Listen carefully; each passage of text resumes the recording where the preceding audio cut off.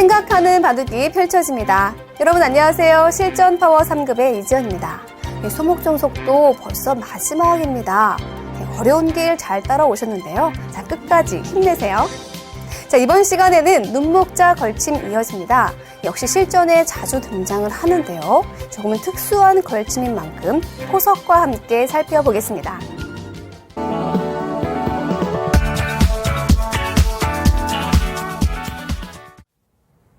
이번에는 눈목자 걸침을 배워보겠습니다. 눈목자 걸침은요, 한 칸이나 날일자보다는 실전에서 잘 사용되진 않습니다.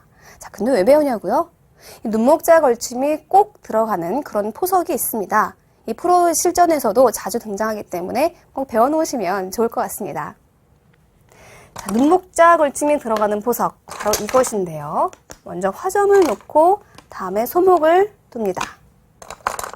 그리고 백은 화점. 이때 걸쳐놓고 이렇게 3칸 높은 벌림을 하게 되면 바로 이것이 눈목자 걸침에 들어가는 포석입니다. 자, 이 포석은 일본의 고바야시 고이치 구단이 애용했다고 해서 정말 자주 사용했다고 해서 고바야시 류라고 불러지죠.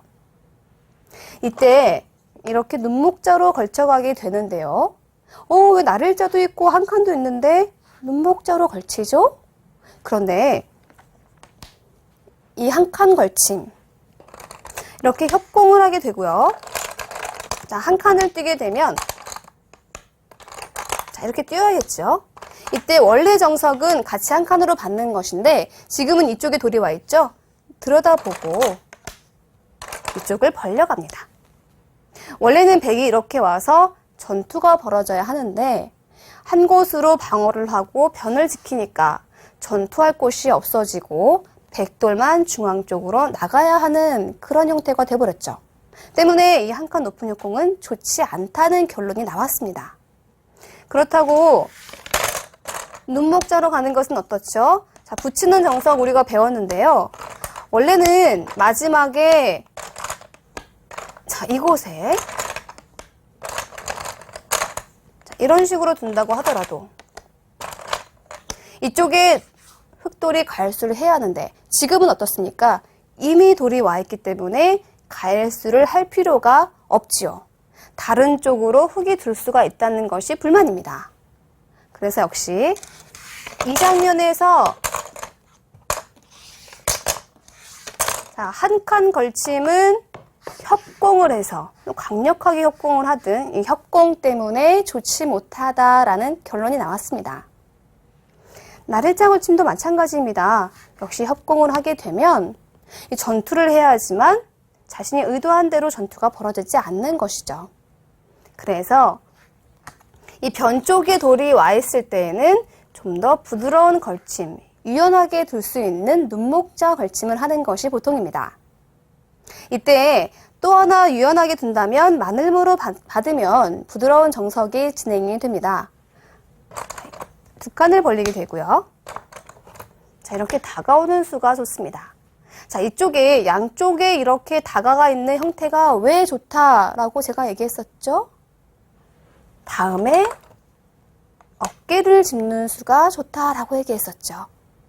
지금은 어깨 짚어서 이렇게 붙이게 되면 자, 끼워 있고 이제는 여러분들이 다 아실 거예요. 제가 말하지 않아도 이제는 익숙하죠? 끊어서 이렇게 되는데 이곳의 흑진영이 어떻습니까? 너무 크지요? 그래서 이렇게 두 칸 벌어져 있고 양쪽에 돌이 와 있을 때는 한 칸 띄어서 지켜놓는 것이 정수입니다. 지금도 지키는 것이 좋고요. 과거에는 이때 그냥 받아줬었는데 지금은 하나 응수를 묻고서 꽉 이으면 그때 받아줍니다. 그리고 백도 이곳을 튼튼하게 보강을 하면 이 초반의 정석과 포석이 함께 완성이 되었습니다. 자, 이때 여러분들이 의문을 가지셔야 하는데 꼭 이어야 됩니까? 이렇게 받으면요. 어차피 흑은 당장 나와서 끊질 못하죠. 그런데 왜 이어야 되죠? 자, 이 수는요. 이곳에서의 변화의 차이가 있습니다. 자, 꽉 입고 나서 흑이 손을 빼면 백은 강하게 들어가죠. 이렇게 끊어서 싸우고 싶지만 자, 이곳이 선수가 돼서 자, 귀를 이어야 하는데 자, 바깥쪽으로 눌어버리면 이 밑에서의 변 쪽에서의 흙의 집들이 완전히 사라지게 됩니다. 자, 그런데 이곳을 넘어가 있으면요. 지금은 백이 이렇게 왔을 때 붙여서 전투를 벌이게 됩니다. 역시 끊고 싶지만 아까와는 형태가 너무나 다릅니다. 이런 곳을 둔다 하더라도 흙이 다음에 찌르고 나오는 약점이 숨어 있죠. 백돌도 온전하지 못하기 때문에 백은 지금은 이렇게 침입을 할 수가 없습니다. 붙여서 나오는 전투를 단단히 각오를 해야 하는 것이죠. 때문에 보통은 이렇게 나릴자를 가고 흙이 받아주게 되는데 이미 흙은 한번 손을 빼고 다른 곳을 두기 때문에 백이 이렇게 받는 것이 아니라 이것을 강요를 하고 좀 더 튼튼하게 받아주는 것입니다. 자, 이 수는요. 손을 빼면 나릴자로 달리는 급소가 남아 있습니다. 이곳을 막는 것은요. 다음에 연이어서 붙여서 두는 수가 남아 있죠. 차단은요. 백이 상당히 곤란해집니다. 오, 이것은 위험해 보이는데요. 자, 차단은 되지 않고요. 이렇게 중앙에 이 한 점을 잡아야 하는데 자, 흑이 선수로 실리도 얻었고 이 백돌이 너무나 뭉쳐 있지요. 자, 그것이 싫기 때문에 아예 시원하게 한 칸을 띄워 놓는 것입니다. 자, 지금은 이렇게 둬도요.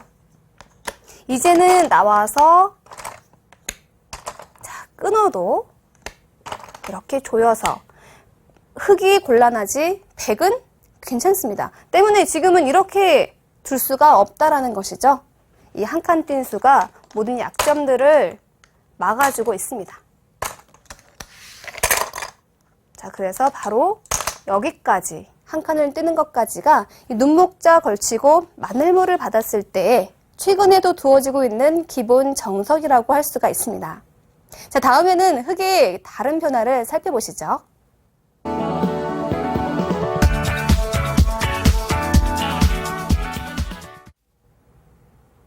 이번에는 흙의 다른 변화를 살펴보겠습니다.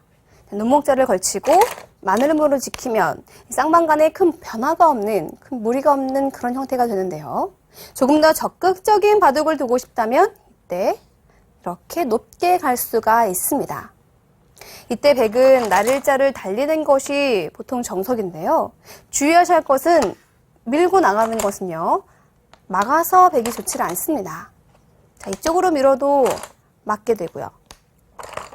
자, 한 점을 끊고 잇고 자, 단수를 치고 자, 어딘가 백은 이쪽을 변을 다시금 지켜야 하는데 이 하변의 흑짐이 굉장히 크지요. 이것은 백이 불만인 결과입니다. 만약에 이 장면에서 백이요 밀고 두는 것이 아니라 젖힌다고 한다면 이때는 그냥 막습니다.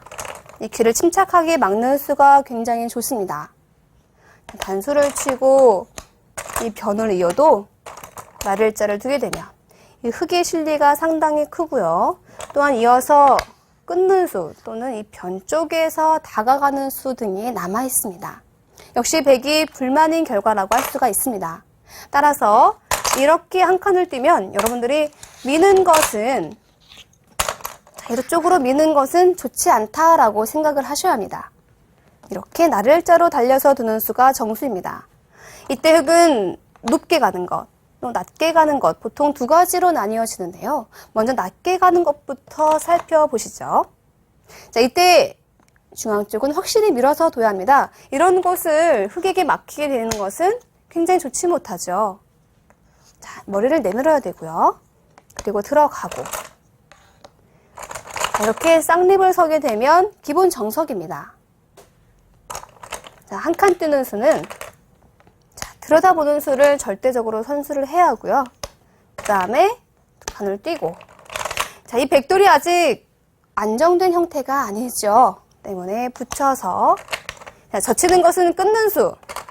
자, 이때 이 흙 두 점을 살릴 수가 없기 때문에 한 칸을 띱니다. 그러면 나를자로 두고 이렇게 벌려서 흙은 양쪽에 변을 모두 두었고 백은 어느 정도의 모양이 안정이 되었습니다. 과거에는요, 이 정석도 상당히 많이 쓰였습니다. 이렇게 들여다보는 것, 당하는 것이 싫다면 이때는 이렇게 호구를 쳐서 애초에 중앙 쪽이 아닌 안정을 택하는 정석도 있습니다. 자, 이것은요, 이곳을 머리를 맞는 것이 조금은 아프죠. 젖히는 것은 끊었을 때 이 흙 두 점이 잡히질 않기 때문에 안 되고요. 붙여서 두는 것이 정수입니다. 그리고 늘고 같이 늘어서 이후에 다가가서 이 한 점 이렇게 끊는 것을 선수로 활용할 수가 있습니다. 자, 백으로서는 이렇게 잡아놔야겠죠. 백은요, 안정을 취한 그런 형태이고 흙은 이 세력과 두터움을 얻은 그런 형태입니다. 역시 어느 정도는 이 활용 당하는 것만큼 흙이 좀 우세한 정석이다라고 최근에는 말하고 있습니다. 하지만 어쨌든 낮게 가게 되면 백은 이런 정석, 그리고 아까 한 칸 뜨는 정석을 선택할 수가 있습니다. 이번에는 흙의 다른 정석을 살펴보겠습니다. 이번엔 흙의 다른 변화를 살펴보겠습니다. 자, 이렇게 나를자로 갔을 때 낮게 가는 것이 아니라 높게 가는 정석입니다. 높게 가는 것도 역시 마찬가지로 중앙 쪽으로 머리를 내밀어야 하고요. 낮게 가는 것과 비슷한 양상입니다. 이렇게 쌍립을 서게 되고, 자, 한 칸으로 뛰게 되면은 이렇게 나를자를 선수를 하는 것이 좋습니다. 다음에 역시 마찬가지로 변을 지키게 되고요. 낮게 있을 때는 붙여서 안정을 취했는데 이번에는 높게 갑니다. 그리고 두 칸을 벌리게 되죠. 이 형태는 흙이 역시 마찬가지로 양쪽에 변을 뒀다는 장점이 있고요. 다음에 백은 이런 곳을 붙여간다면 완생을 할 수가 있습니다. 때문에 흙이 이 백을 공격하고 싶을 때는 이쪽을 두는 수가 쌍방간에 급소가 됩니다. 자, 이 수를 기억하시고요. 자, 계속해서 포석을 이어간다면은 3-3을 들어가서 이 넓은 흙진영을 좀 파괴하는 것인데, 어쨌든 이렇게 높게 갔을 때 중앙 쪽으로 한 칸을 띄면 흙은 이런 변화가 이어집니다. 자, 이것이 백이 조금 싫다면, 역시 안정을 취해야겠다, 그것이 좋다면 아까와 비슷합니다. 이번에는 붙여서 젖히고 이렇게 빠져서 돌 수가 있습니다. 역시 중앙 쪽을 젖히는 것이 흙은 중요하고요. 자, 끊고, 자, 이쪽을 늘고 이렇게 늘어서, 뭔가 좀 비슷하네요. 이것도 선수로 할 수가 있고요. 이렇게 백은 안정을 취하고 흙은 조금 더 큰 세력을 얻었습니다. 역시 과거에는 이렇게 한 칸으로 갔을 때 낮게 또는 높게 두고 안정을 취하든지 중앙 쪽으로 나가는 이런 정석 등에 많이 사용됐었습니다. 자, 최근에는요, 조금 더 적극적인 수가 나오고 있는데요. 자, 흙의 입장에서 이쪽을 밀고 씌워서 두는 것도 있고요. 사실은 다가갔을 때 중앙 쪽으로 밀면 젖혀서 두는 수도 있습니다.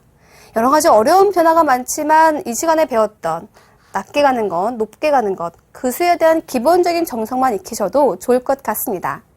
자, 그래서 이 고발시류, 이 포석이 등장했을 때는 눈목자로 걸친다는 것, 그리고 조금 평화로운 정석을 원한다면 흙은 이렇게 마늘모로 받는 수가 좋고요. 좀 더 적극적인 바둑을 두고 싶을 때는 이렇게 한 칸을 띄어서 두는 정석도 있습니다. 자, 이 중에서 여러분의 입맛에 맞게 사용하시면 좋을 것 같습니다.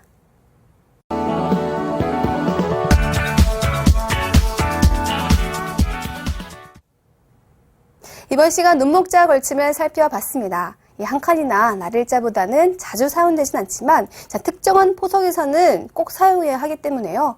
이번 시간에 배웠던 포석과 함께 익히시면 좋을 것 같습니다. 자, 역시 실전에서도 활용하기가 좋겠죠.